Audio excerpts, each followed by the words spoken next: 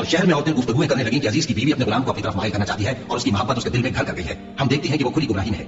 फिर जब जुलेखा ने उन औरतों की गुफ्तगू जो हकीकत में दीदार यूसुफ के लिए एक चाल थी सुनी, तो उनके पास दावत का पैगाम भेजा और उनके लिए एक महफिल मुरतब की और फल तराशने के लिए हर एक को एक छुरी दी और यूसुफ से कहा कि उनके सामने आओ।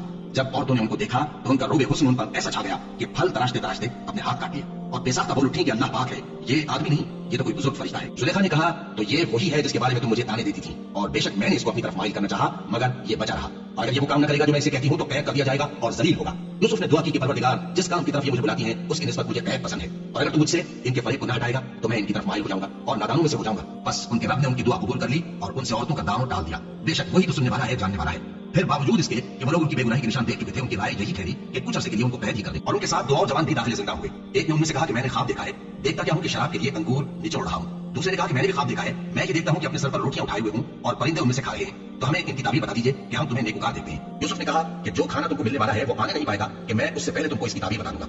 ये उन बातों में से है जो मेरे परवरदिगार ने मुझे सिखाई है। जो लोग अल्लाह पर ईमान नहीं लाते और आखिरत का इनकार करते हैं, मैंने उनका मजहब छोड़ दिया है और मैं अपने बाप दादा इब्राहीम, इसहाक और याकूब के मजहब पर चलता हूँ। हमें शाया नहीं है कि किसी चीज को अल्लाह के साथ शरीक बनाएं, ये अल्लाह का फजल है हम पर भी और लोगों पर भी, लेकिन अक्सर लोग शुक्र नहीं करते। ऐ मेरे कैद खाने के रफीकों, भला कई जुदा जुदा अताज है या अल्लाह जो अकेला है सब पर गालिब है। जिन चीजों की तुम अल्लाह के सिवा परस्तिश करते हो वो सिर्फ नाम ही नाम है जो तुमने और तुम्हारे बाप दादा ने रख ली है। अल्लाह ने उनकी कोई सनद नाज़िल नहीं की। सुन रखो कि अल्लाह के सिवा किसी की हुकूमत नहीं है